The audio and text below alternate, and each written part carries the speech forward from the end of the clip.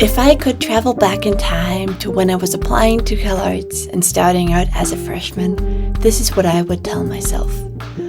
To a lot of people, me included, getting into this school really marks the beginning of our career in animation, and we all put so much pressure on ourselves to overexceed and prove ourselves and make the best out of the time we have at this very expensive, very good school. I only have my own experience to draw from, of course, but I do feel like every year the vast majority of new students are very ambitious, very insecure, and very hard on themselves.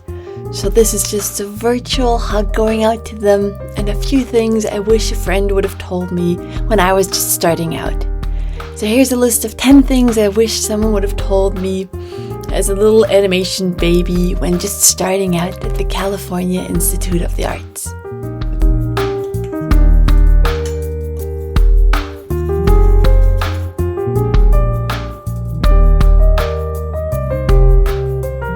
Let's start with the very beginning when you're still in the process of applying, or maybe you already have applied and now you're just waiting. It's excruciating time and it's so nerve-wracking.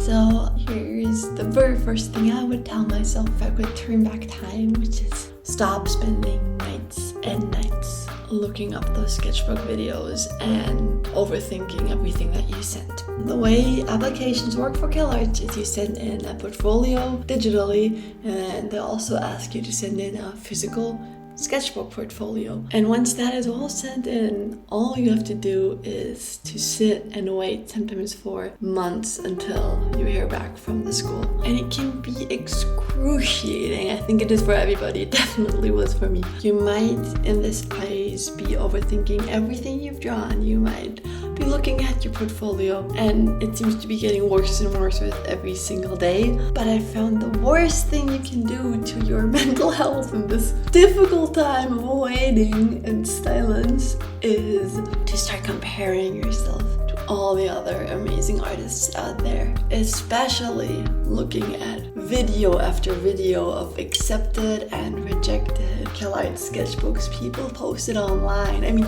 they were so helpful and they were a good reference guide, but I was obsessing over them. Am I worse than this person? Am I better than that person? Why did that person get in? Why did that person not get in? Should I have done what this person did? Should I be more like that person? How can I ever expect to get it if this person gets in or if this person gets rejected? It is insane. And I think everyone does this. It's kind of in the human nature. But the more you stare at other people's work, the more inadequate you can feel. It's awful and it's isolating and it's not helpful. You turned in your portfolio. It's on its way. There's nothing left you can do or change about it. The only thing you can control in this time is just to be a little bit more self-compassionate with yourself. You've just completed a very time-consuming, very energy-consuming, very difficult application, and you now deserve to rest so you can soon return to the living. Turn off your phone and get some sleep, and try to not think about it until you hear back from them. Number 2, get a life. This is an actual piece of advice a teacher gave us pretty much in the beginning of CalArts, and I think I was a little bit offended when I first heard this. But it's such a crucial idea. You are an artist. That means you probably love what you do. So if you are dropped into an environment like CalArts, where everything is catered towards you creating, and you're surrounded by other amazing, talented people, and everyone is so driven, it's very easy to just fall into this rabbit hole and do nothing else besides creating. I barely even left campus the first years on CalArts. My life was my film and my homework and what I was putting out into the world. And I spent every waking hour in classrooms and labs in these 2 years, almost 3 years actually, because I thought spending the maximum amount of time creating and working on my craft would equal the maximum amount of improvement, which is all you want when you go to a school of CalArts and you probably suffer from a horrible imposter syndrome. But it took me until the 3rd year of CalArts, way too long, until I realized why getting a life is so important. Because good heartfelt art doesn't just come from skill and hours put in, and mostly comes from all the beauty life has to offer. From nature and heartbreaks and lovely conversations and new places, weather, learning how to be a good friend. I will create a much better piece of art after an entire day with my friends, not thinking about creating or outputting at all, rather than creating and cranking out work 7 days a week. And don't get me wrong, working hard on your skills is also super important, of course. But if your young life is so lacking of experience away from your desk, and the only inspiration you can think of for your VisDev portfolio is looking up other people's VisDev portfolios, then your work will never reach its highest potential. So try to take at least a part of the weekend off. Get some sun, breathe some fresh air, explore LA, take yourself on a little artist date, and it will really show in your homework, in your art, in your film, and it will be magical. My work started to take off after I started inputting more than just hours and labor, and more love and soul and experience into my art. Number 3, your peers are your companions, not your competition. I was so intimidated when I got to CalArts and was suddenly comparing to myself to other artists my age or younger that were all seemingly so much more talented. Not just seemingly, so much more talented than I was. They all were seemingly better at drawing than me, more driven, had more of an idea of what they wanted to do or where they wanted to be. And it was far too easy to see them as a threat in the beginning, but God knows if I would have known back then that these threats would later become my greatest teachers. They taught me more than my actual teachers now looking back. They will be your source of inspiration. They will help you through the most difficult times, and they will want your best, and you will want the same for them someday. One of the great gifts that come with CalArts is community. A community of lovely, talented, inspiring, hardworking people. All of them with their own very unique vision and story and voice. None of them are actually a threat to you as an individual artist. When I started out, I thought, wow, these are the people that are going to take away my jobs someday. But 4 tumultuous years passed. You go through so much together, so much turmoil and ups and downs, and they actually really became true friends in the end. And ironically, these true friends were the ones that later helped me get a job, passed my name along. Without them, I would have never gotten the first couple jobs in animation. I truly hope I was never mean to my peers. I was definitely intimidated by them. And I wish I could have just gotten over that earlier so that I could see what wonderful, inspiring companions I got to have by my side. Number 4 is a basic one, but eat regularly. Okay, this might not apply to everyone, but it is a big one for me personally. Eating food is not optional. Eating food is not a waste of time. For many students, this is the first time living away from home, away from their parents maybe. And on top of learning how to become a good artist, you're also kind of learning how to become a good grown-up human that takes care of themselves. And part of that is learning how to fuel your body correctly. And also what happens if you don't fuel your body correctly. The schedule is really tight at CalArts, and there's always a deadline around the corner, and there's always new process to be gained on your animation. And in general, the process of 2D animation is so hypnotizing, and you get so easy to hyper-focus and not move for like 6 hours and not realize that the time is passing, or that you are hungry. And also the calf serves calf food, which is okay, it's not bad, but it's also not great. So like you're really looking forward to the food the calf has to offer. And when I personally am anxious or stressed, I don't feel hungry even at all. So all these reasons and more make it far too easy, I think, for young students to just kind of starve themselves, kind of constantly, kind of casually. The first few years at CalArts, I was always freezing. I was always tired. There was this one really extreme time when I actually forgot to eat breakfast, forgot to eat lunch, almost forgot to eat dinner, and then like minutes before the cafe closed, I was like, oh no, I haven't eaten anything, I gotta go. And I run, and the only thing they serve late that night is heavy, greasy pizza. So I just grabbed this really big slice of greasy pizza and ate that in like seconds after not putting any food in my body for the whole day. I actually fainted in the labs because my body just couldn't take no calories and then all the calories at once. I don't know what exactly happened there, but I know I was not healthy. I had constant stomach issues, constant stomach pains and cramps during my first 2 years of CalArts. And it was just because I saw eating is not as important. I had work to get done. I had goals to reach, and that was my highest priority. But food and sleep are the absolute basic need that powers everything else. So if you're like me, then actually plan a time to eat. Put it in your schedule. Make it a non-negotiable. Make it that you don't have to decide, oh, should I get up? But like, it is this time, it is time to eat. And just don't think about it.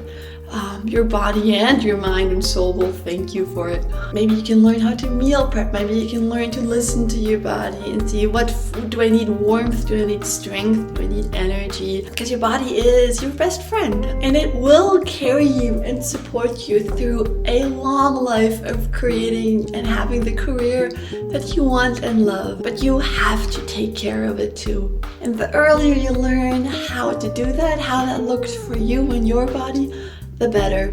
Number 5, don't overload your schedule. Time management is another life skill that CalArts will teach you. When you later down your CalArts career get more freedom in choosing and electing your favorite classes, you might be like me and you'll want to make this mistake of choosing everything because you're so interested and excited about everything, which is wonderful, right? Character design, children's book illustration, portrait classes, painting classes, color and light, life drawing. I wanted to do them all, and I thought if I could cram as much as I can into one semester, that would mean I just do more work. I'm forced to produce more good art, and I would grow and learn as much as I can on top of my film. But that is not how creativity works. No matter how motivated you are, your capacity is limited, just like every other human, even if you enjoy what you're doing. And unless you're Hermione and you own a time turner, electing more and more classes does not necessarily mean you get more done. If the schedule is chronically overloaded, you will always be spread thin. You'll rarely be happy with what you achieved in a day, and it will never feel like you've done enough. And you are creating your young artist's brain to be a producer and not a creator. When you're thinking about what extra electoral classes you would like to choose, I think it might have been helpful to ask myself the question that Unjaded Jade likes to ask herself, and that is, by saying yes to this, what are you saying no to? This will help you practice the art of prioritization. Oh my god, that is such a difficult word. This will help you practice the art of prioritizing. You can have and learn it all, but just not at once. But if you only have your film and then just 1 or 2 classes on top of that, but you really focus on that and really focus on getting the best out of that homework and that classwork, then you'll actually feel like you've achieved something, rather than, yes, finishing all the homework for all the classes, but none of them are actually on the quality and standard that you could have them. But it brings me to point number 6. Heart trumps quality. Knowledge and skill will come with time, even though you feel like you're so behind when you're in art school. But authenticity and heart is what makes your art truly valuable. If you were just starting out and you're looking left and right to your amazing peers and up to your amazing role models, and you're so in awe of everybody's quality of work and skill, trust me, knowledge and skill is something that will come to you in time if you just keep at it. But you have something that you could access that will elevate your work and wow even the masters right now, right here. And that is heartfeltness. Learning to channel your unique voice, your unique feelings and thoughts and stories and moments that move you in your life into your art. It will give your work a authenticity and a uniqueness that shines through no matter what skill level you are at. And it'll draw people in, and it'll make your art timeless and trump all skill levels. I believe people and you yourself can sense if art comes from a real place, rather than just wanting to be like the masters or wanting to impress the viewer with what you can do. So if I could do CalArts all over again, I would try to catch myself if I fall into this rabbit hole of, oh, I just want to be as good as this person, or I just want my work to not suck anymore. And instead also practice to maybe create something simpler but honest, infused with whatever I am feeling that day, be it a homesickness. Then I draw what it feels like to miss my home, what I miss about my home, what I miss about my childhood. If you feel something or see something that fills you with gratitude today, illustrate and draw that. That is the kind of art that really glows, I feel. And with these pieces, I feel like no matter how much better you get, 10 years from now, you'll look back at it and not be like, oh man, look at that lighting, I was so bad at that. But you'll look at it and be like, wow, I can really see that was me, that was what I was feeling when I was this young, and it is so special. Number 7, start a habit of moving your body now. Your life is glued to a desk from here on out. And there's no shortage of studies of how bad it is and how unnatural it is for the human body to be sitting for an extensive amount of time.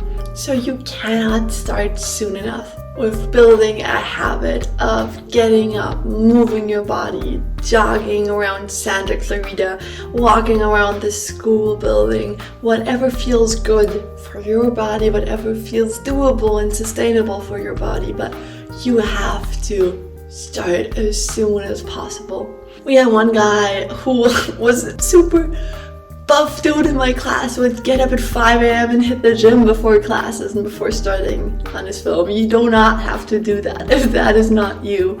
Another girl started this running group in Santa Clarita, and she met up with a bunch of other animator friends on Sundays and was just exploring new running routes. I wish I would have done that. I wish I would have explored Santa Clarita more.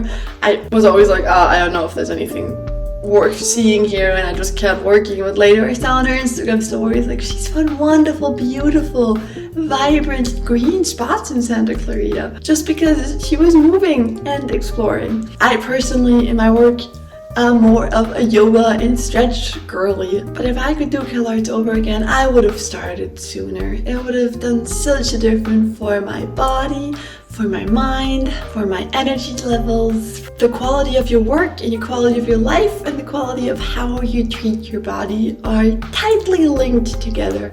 And I wish I would have seen and understood the importance of that from the beginning. Number 9, move out of the dorms sooner rather than later.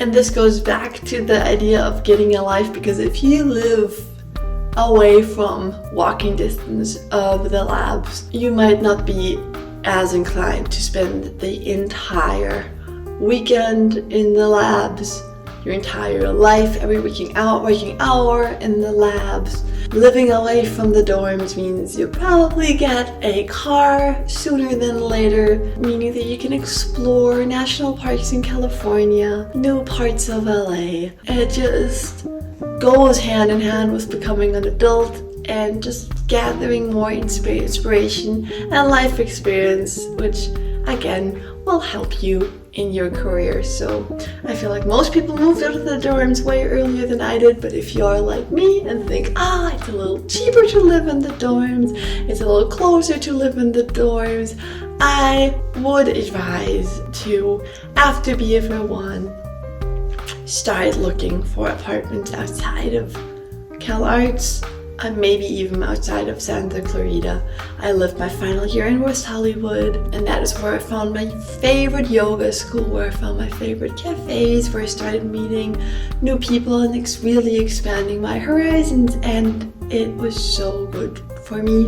And that brings me to my final point, number 10. There's nothing wrong with self-studying on the side. CalArts is a wonderful school, a great school, and I did learn so much in it, especially the process of making a film. You really learn all the aspects of filmmaking, but the advice I would still give myself is not to solely rely on this super expensive school to teach myself everything. If you feel like there is a part of your education that's missing, if there is something where you keep struggling, or you want to deepen your knowledge and whatever the school has to offer can't really help you with that, it can be quite empowering to, instead of electing all the classes like I said earlier, leave some time in your schedule and actually self-study on the side apart from your curriculum, which sounds crazy. Like I said, the schedule is insane and at CalArts, and it feels like there's never any time to do anything. But when I was at CalArts, I don't know how it is now, but they didn't really have a very helpful basic color and light painting class that taught me the actual basics of painting with color and light, of the rules of light and shadow. And both me and my sister really desperately needed that in order to create environment Vistiv art. There was always something missing there. I couldn't really get into designing because I was so stuck on my pieces never having mood or never looking realistic. And I wish I would have just taken it into my own hands sooner. The end of my 3rd year, my sister actually started this, and then I joined her. She just started taking online schoolism classes.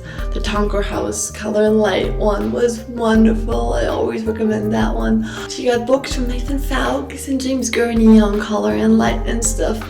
And her art just truly took off because she finally stopped thinking, maybe next year the CalArts Color and Light class will give me what I need. But she was just kind of like, let me just take it into my own hands. And she could really move forward from there. Things really started to click, and we both really felt like we were finally moving in the direction that we wanted to. Yeah, that final point brings me to the point that I always feel like I should say about CalArts, which is these art schools in America are so crazy expensive, and not everyone can afford them. It's insane how expensive art schools are in the US, and education in general is in the US, and that is a problem in itself. So if you are in that situation, which many people are in that situation, I think it's always important to drop the info that you really do not need to pay $50,000 a year to go to CalArts at all. Obviously it's a great school, and obviously it comes with all these lovely people and experiences, but you truly can learn